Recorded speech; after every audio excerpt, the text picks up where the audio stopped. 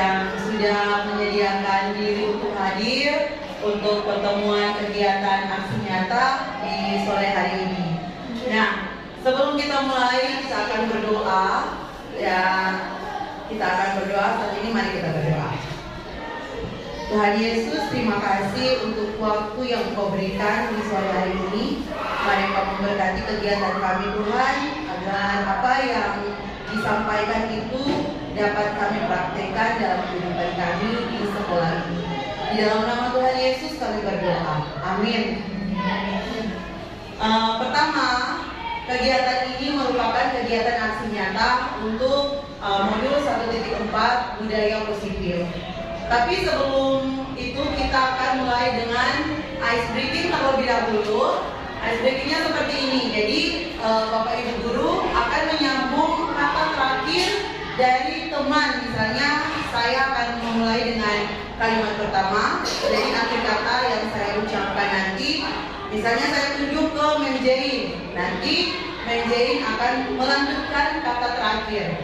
Setelah Mem Jain membuat kata terakhir, nanti disebutkan lagi siapa yang akan melanjutkannya.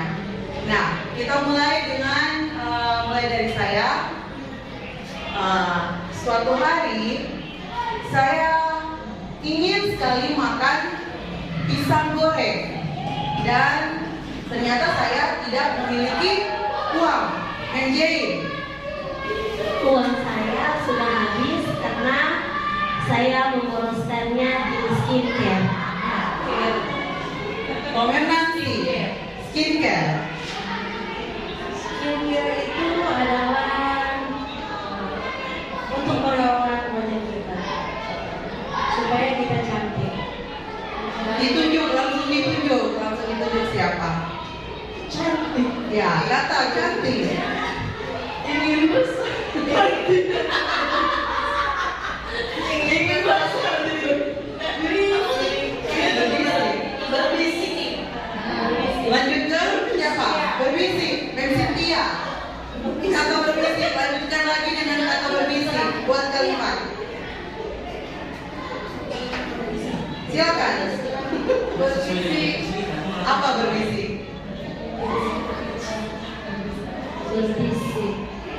Berbisik itu bersuara Dalam hati. suara pelan-pelan, sedikit kedengaran, tapi agak sayu-sayu.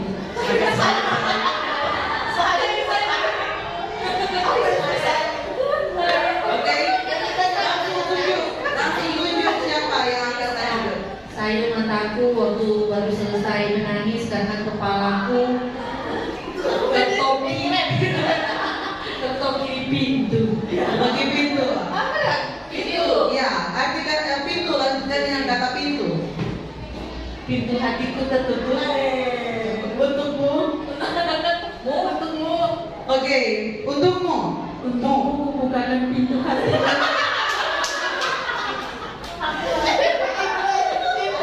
Oke. Lanjutkan Mem Indri. Apa kata terakhir? Hatiku jatuh cinta padamu. Oke, Desti. Padamu. Padamu. Padanya itu segalanya. Oke.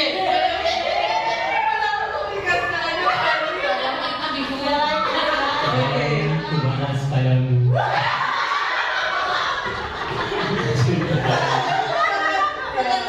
Balik dari kata padamu. Oke. Ya, terima kasih. Terima kasih untuk sedikit kata-kata. Memang membutuhkan pemikiran yang cepat. Nah, sekarang kita akan lanjut pada materi di siang hari ini, yaitu saya mau mulai sebelum kita masuk pada budaya positif. Saya mau mulai dengan pendidikan menurut Bapak Ki Hajar Dewantara. Nah, menurut Bapak Ki Hajar Dewantara, pendidikan itu adalah menuntun segala kodrat yang ada pada anak-anak agar mereka dapat mencapai keselamatan dan kebahagiaan yang setinggi-tingginya, baik sebagai manusia maupun sebagai anggota masyarakat. Nah, Pendidikan juga dalam menuntun laku dan pertumbuhan kodrat anak. Peran pendidik diibaratkan seperti petani atau tukang kebun, dan anak-anak diibaratkan seperti tumbuhan atau biji yang disemai oleh petani di lahan yang sudah disiapkan. Jika tumbuhan atau biji yang disemai dirawat dengan baik, ditempatkan di tempat yang baik, menerima pupuk yang baik, sinar matahari yang baik, maka akan tumbuh dengan baik juga. Begitu sebaliknya, jika benih yang kita tanam itu kita tidak pelihara dengan baik-baik, maka dia akan tumbuh dan mungkin tidak akan menghasilkan apa-apa. Nah, jadi pendidikan itu, menurut Bapak Ki Hajar Dewantara, pendidikan itu harus berpusat kepada murid. Nah, perubahan paradigma belajar. Nah, di sini pertama, ketika saya belum mengikuti guru penggerak ini, saya mengajar memfokuskan diri saya sebagai pengajar, dan anak-anak itu hanya sebagai melihat saja, mendengar saja, tidak melibatkan anak-anak. Jadi hanya guru saja yang menerapkan. Nah, tapi di sini ketika saya belajar, sebenarnya itu bagaimana kita harus menuntun anak di kelas, bagaimana cara kita berkomunikasi dengan anak. Ternyata kita pendidikannya itu harus berpusat kepada anak. Jadi maksudnya di sini kita tidak menerapkan metode pembelajaran yang sama kepada anak. Jadi setiap anak itu berbeda-beda, baik dia kodrat alamnya maupun kodrat samannya. Kita lanjut. Nah, kita masuk pada budaya positif. Kita akan membahas di sini, yaitu yang pertama disiplin positif. Kemudian motivasi perilaku manusia, keyakinan kelas, kebutuhan dasar manusia, 5 posisi kontrol, dan segitiga restitusi. Disiplin. Nah, coba kita mau masuk dulu kepada disiplin positif. Bagaimana menurut Bapak Ibu? Apa yang dimaksud menurut Bapak Ibu? Apa itu disiplin? Peraturan. Ya, harus taat peraturan, harus teratur, harus mengikuti peraturan. Itu kan disiplin. Nanti kalau misalnya tidak mengikuti peraturan, itu berarti tidak disiplin.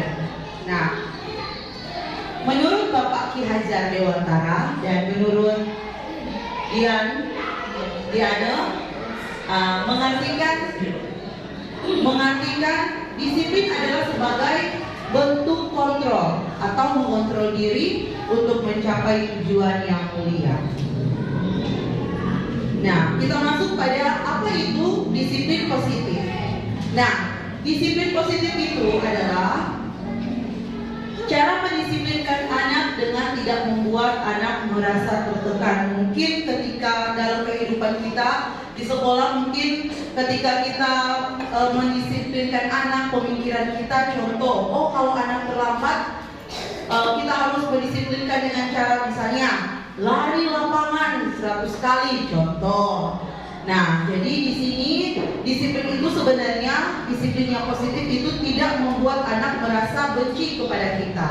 Jadi disiplin positif ini lebih kepada mereka mengerti apa yang mereka lakukan dan mereka bisa bertanggung jawab terhadap apa yang dilakukannya. Karena mereka mendasarkan tindakan mereka pada nilai-nilai kebajikan universal. Mereka mau dengan sendirinya, jadi anak mau dengan sendirinya merubah perilakunya yang buruk menjadi lebih baik, bukan karena hukuman atau pujian. Nah, kita lanjut pada motivasi dan perilaku manusia.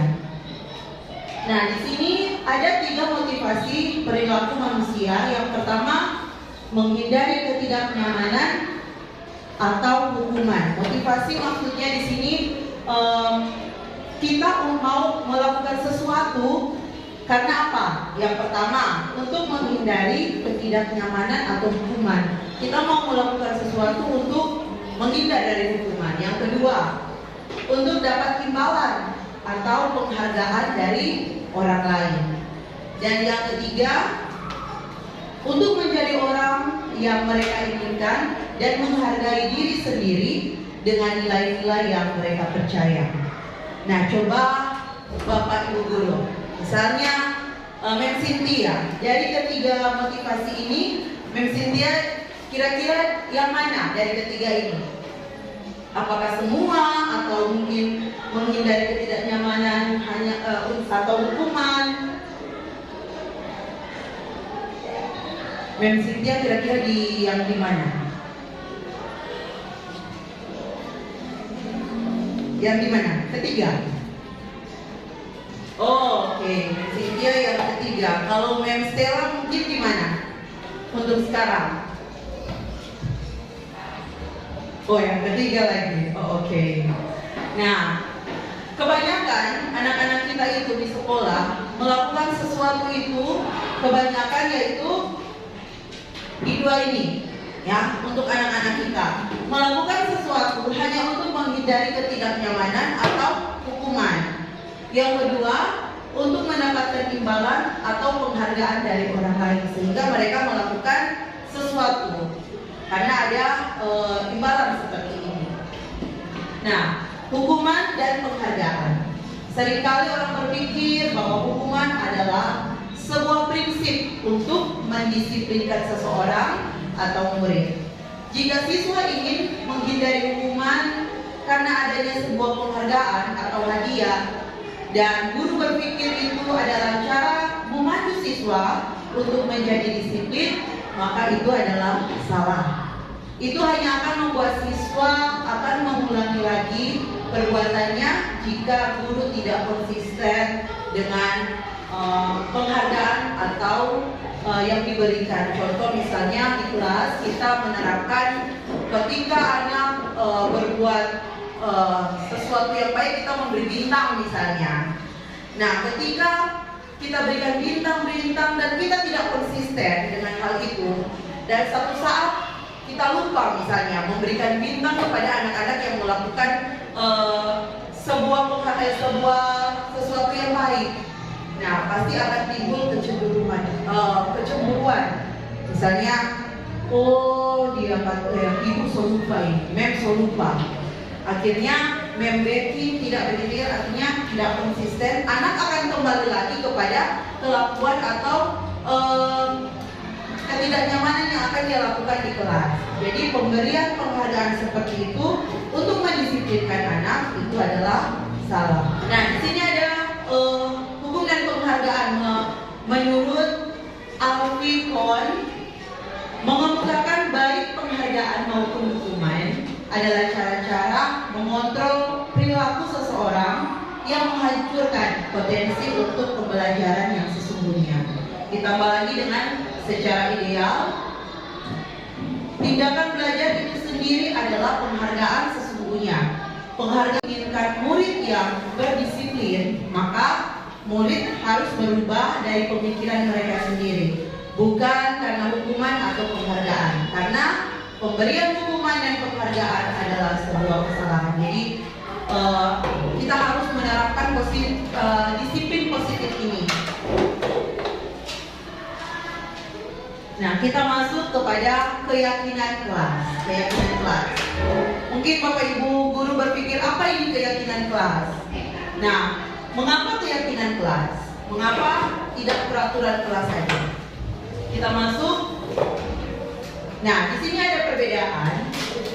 Yang pertama, peraturan kelas adalah peraturan yang harus diikuti oleh setiap siswa. Dan jika tidak, maka hukumanlah yang mereka dapatkan. Itu kalau peraturan kelas.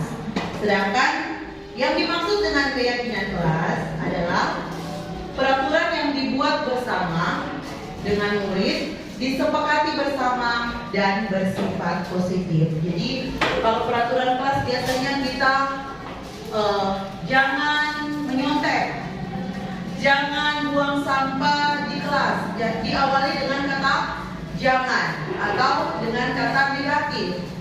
Nah, kalau keyakinan kelas ini contohnya misalnya jangan buang sampah sembarangan. Nah, untuk keyakinan kelas misalnya yang lebih positif itu misalnya buanglah sampah pada tempatnya. Gitu. Ini ada contoh-contoh keyakinan kelas. Ada kelas 1, kemudian kelas 5, ini hanya contoh saja, dan keyakinan kelas 7 terlalu tinggi. Nah, jadi keyakinan kelas 1 misalnya setiap anggota kelas perlu belajar.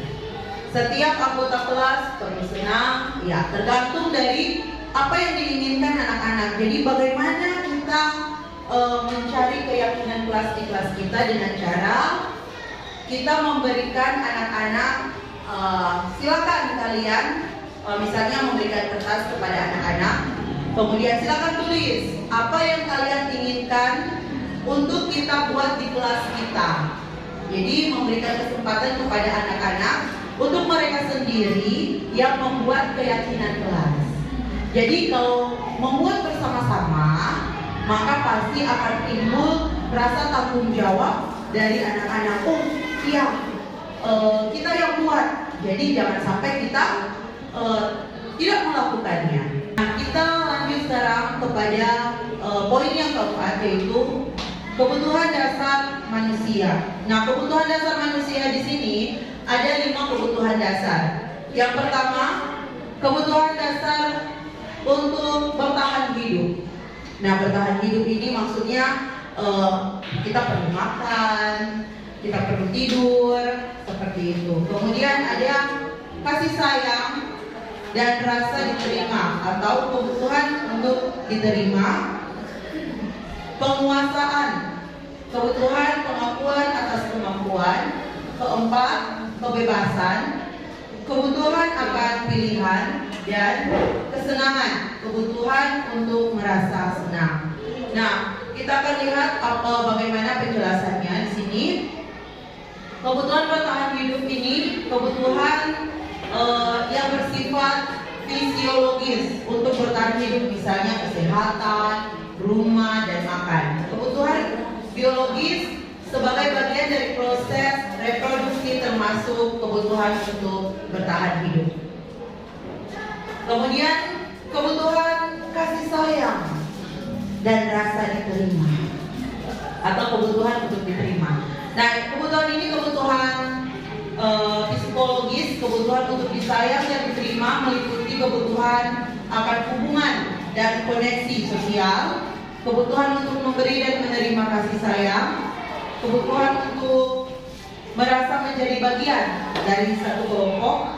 Kebutuhan ini juga meliputi keinginan untuk tetap terhubung dengan orang lain seperti teman, keluarga, pasangan hidup, teman kerja, binatang peliharaan, dan kelompok di mana kita tergabung.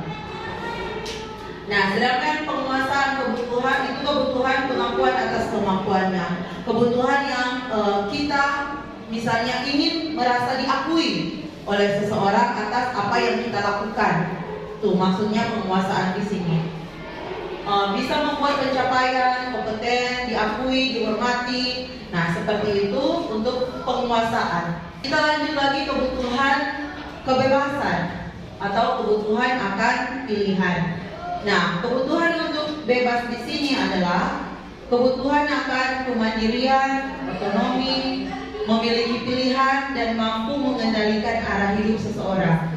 Anak-anak yang kebutuhan kebebasan yang tinggi menginginkan pilihan mereka perlu banyak bergerak. Anak-anak yang suka coba-coba, tidak terlalu terpengaruh orang lain, dan senang mencoba hal yang baru. Kita lanjut lagi. Yang terakhir adalah kesenangan, kebutuhan untuk merasa senang. Nah, siapa sih di sini yang tidak membutuhkan yang ini, kesenangan? Ya kan? Kita pasti membutuhkan untuk merasa senang. Anak-anak dengan kebutuhan dasar kesenangan yang tinggi biasanya ingin menikmati apa yang dia lakukan. Mungkin di kelas ketika kita menerapkan, kemudian ada anak yang senang, dia menggambar, tidak memperhatikan. Nah, itu dia membutuhkan kebutuhan kesenangan akan dirinya. Nah, di sini ada contoh kasus. Coba, Bimo, seorang anak TKB, selalu berlari keluar kelas menuju jalan raya di depan sekolahnya yang ramai dengan kendaraan. Tingkahnya membuat guru Bu Ani bingung dan seringkali lari mengejarnya. Ada beberapa kemungkinan jawaban yang diberikan Bimo. Kita lihat. Jika respon Bimo seperti, aku senang main kejar-kejaran dengan Ibu Ani, berarti dia kebutuhannya yaitu kebutuhan kesenangan. Nah, contoh lagi. Ibu kejar aku karena ibu guru sayang aku. Kebutuhan apa kira-kira? Kasih sayang. Kemudian, aku hebat kan? Bisa bikin ibu kejar aku? Nah, penguasaan. Kemudian, aku bosan belajar mewarnai terus di dalam kelas. Itu adalah kebebasan. Kebutuhan dari Bimo. Jika respon Bimo seperti empat ini. Ada lagi satu contoh kasus. Dinda, seorang anak kelas 3 SD. Begitu tiba di rumah sepulang dari sekolah, menangis dan mengadu pada ibunya bahwa dia benci pada hiburan di gurunya.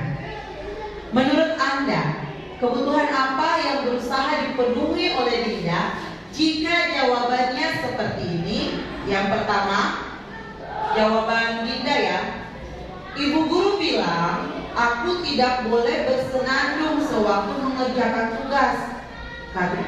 Katanya kelas harus tenang, tidak ada suara, kan nggak seru jadinya. Berarti Dinda, kebutuhan apa yang Dinda inginkan?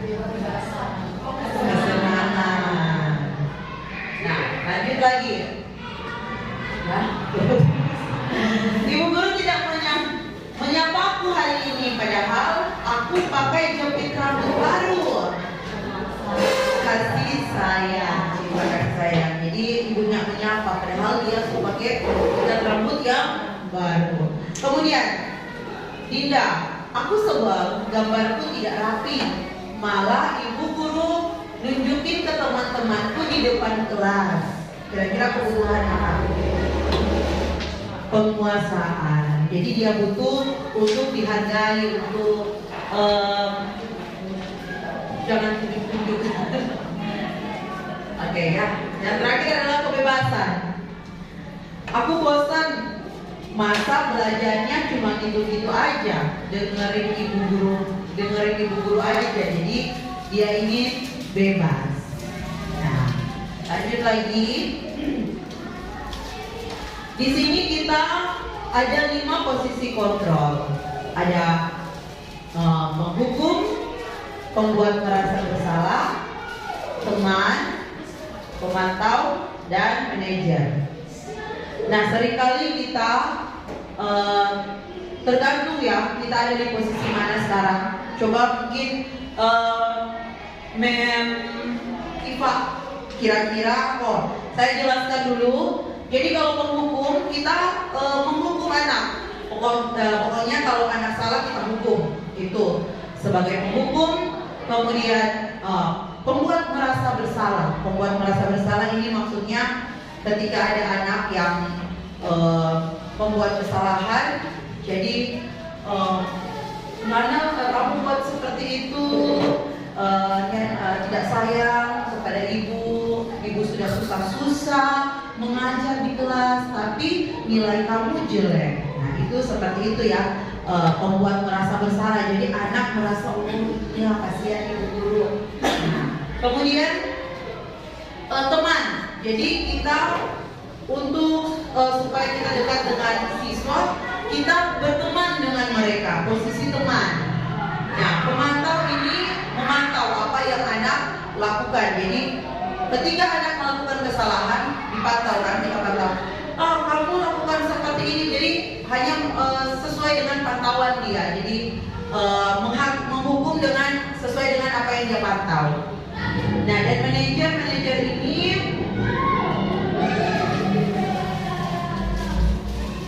Posisi manajer adalah posisi yang paling tepat di mana guru berbuat sesuatu bersama dengan anak. Nah, kira-kira saya bertanya dulu. Untuk Bapak Ibu guru di sini, untuk yang sekarang, kira-kira posisi yang diambil ketika anak berbuat salah, kira-kira posisi mana yang sering Bapak Ibu guru ambil? Mem Stella mungkin posisi mana?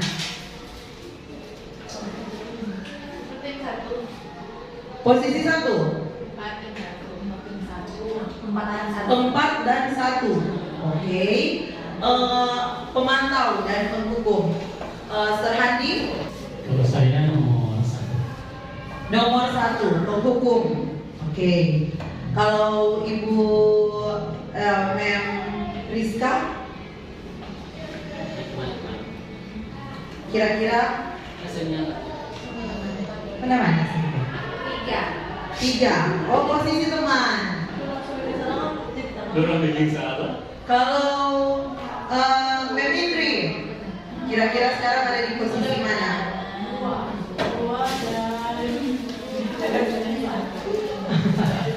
2, kadang-kadang 1. Oke. Jadi dari kelima posisi kontrol ini kita belajar yang paling bagus sebenarnya yaitu adalah posisi manajer. Jadi posisi manajer ini paling tepat digunakan di mana guru berbuat sesuatu bersama dengan murid. Maksudnya mempersilahkan dulu kepada murid mempertanggungjawabkan perilakunya, mendukung murid agar dapat menemukan solusi atas permasalahannya sendiri. Seorang manajer bisa jadi di waktu-waktu tertentu kembali kepada posisi teman maupun pemantau bila diperlukan. Posisi manajer ini, murid dapat menjadi pribadi yang mandiri, merdeka dan bertanggung jawab atas segala perilaku dan sikapnya. Dan pada akhirnya dapat menciptakan lingkungan positif, nyaman, dan aman. Jadi maksud posisi manajer jadi memberikan kesempatan kepada anak dulu untuk dapat bertanggung jawab. Nah, kita langsung saja bagaimana posisi manajer itu kita terapkan. Nah, jadi kita belajar di poin ke-6 ini, segitiga restitusi. Jadi kita belajar dulu apa itu restitusi. Nah, restitusi di sini adalah proses menciptakan kondisi bagi murid untuk memperbaiki kesalahan mereka sehingga mereka bisa kembali pada kelompok mereka dengan karakter yang lebih kuat. Restitusi juga merupakan proses kolaboratif yang mengajarkan murid untuk mencari solusi untuk masalah mereka. Jadi murid yang mencari solusi untuk masalah mereka sendiri dan membantu murid berpikir tentang orang seperti apa yang mereka inginkan dan bagaimana mereka harus memperlakukan orang lain. Jadi kita akan belajar bagaimana sih menerapkan posisi manajer itu. Nah, kita lanjut. Di sini ada penerapan segitiga restitusi. Yang pertama, menstabilkan identitas. Jadi bagaimana cara kita menyelesaikan masalah yang anak lakukan dengan penerapan segitiga restitusi. Yang pertama adalah menstabilkan identitas. Kemudian yang kedua, validasi tindakan yang salah. Dan yang ketiga, menanyakan keyakinan kelas. Ya, jadi ketika sebaiknya kita sebelum memulai pelajaran kita buat terlebih dahulu keyakinan kelas kita nantinya selama 1 tahun di sini apa? Tanya.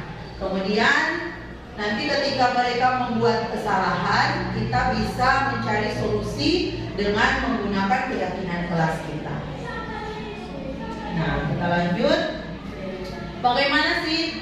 Apa itu menstabilkan identitas? Nah, menstabilkan identitas bagian dasar dari segitiga yang bertujuan untuk mengubah identitas anak dari yang gagal karena melakukan kesalahan menjadi orang yang sukses.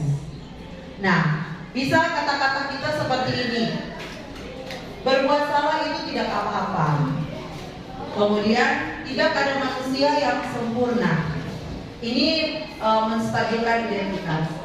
Bapak Ibu tidak tertarik mencari siapa yang salah, tapi Bapak Ibu ingin mencari solusi dari permasalahan ini. Ini contoh dari kata-kata untuk menstabilkan identitas. Kemudian validasi tindakan yang salah. Jadi pertama kita memberikan kesempatan dulu kepada anak. Mengapa kamu melakukan kesalahan itu? Jadi memberikan kesempatan anak untuk bercerita. Nah, kemudian setelahnya kita memvalidasi tindakan yang salah. Setiap tindakan kita lakukan dengan suatu tujuan, yaitu memenuhi kebutuhan dasar.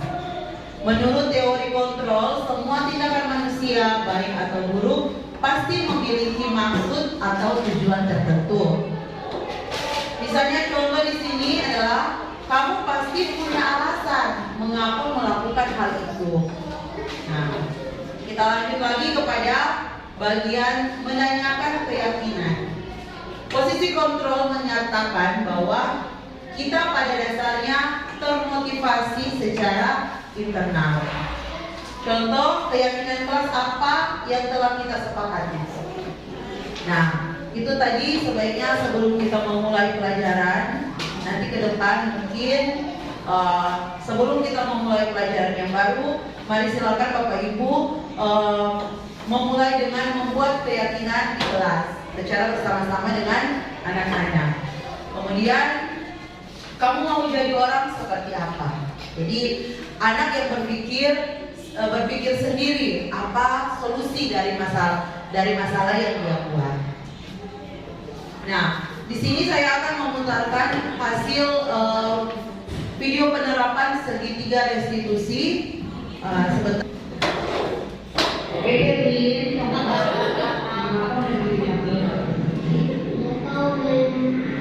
Jadi tadi ketika ulangan dari kamu sampaikan. Tadi dilihat kamu mengambil menarik buku kamu dari lagi. Benar begitu?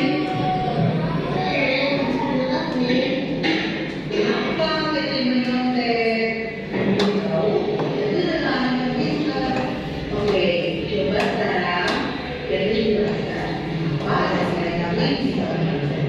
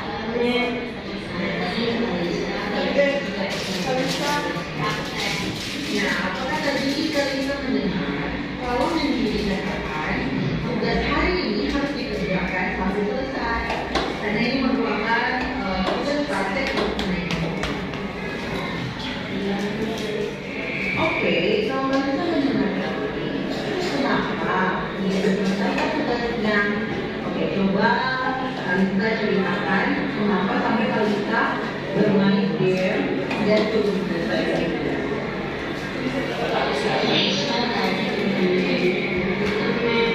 tidak sadar waktu sudah selesai. Oh, enak ya gamenya. Sampai Kalista lupa bermain, terus lupa juga menyelesaikan tugasnya. Iya mem, gamenya seru. Maaf ya mem, Kalista tidak mengerjakan tugas praktek. Oke, tapi Kalista mau tidak keyakinan selanjutnya apa?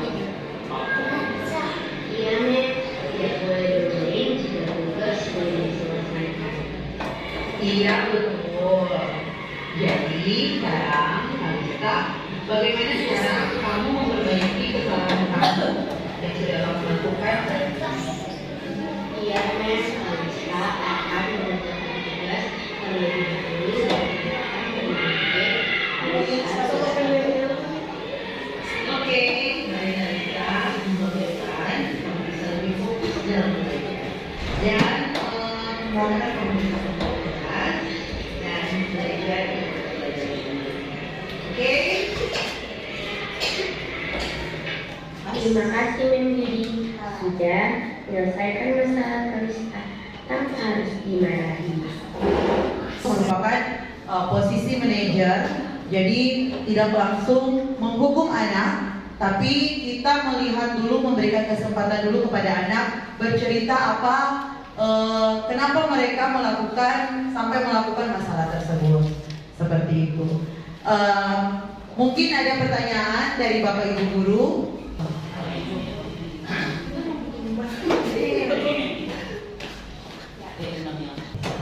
Terima kasih atas kesempatan yang diberikan. Materi tadi sangat menarik dan menjadi bekal kepada saya secara pribadi di dalam saya mengajar di kelas. Yang menjadi pertanyaan saya, bagaimana keyakinan kelas itu dibuat? Apakah semua yang diinginkan oleh siswa, misalnya 31 siswa dengan 5 keyakinan, yaitu keinginan untuk mereka ingin ada di kelas itu misalnya.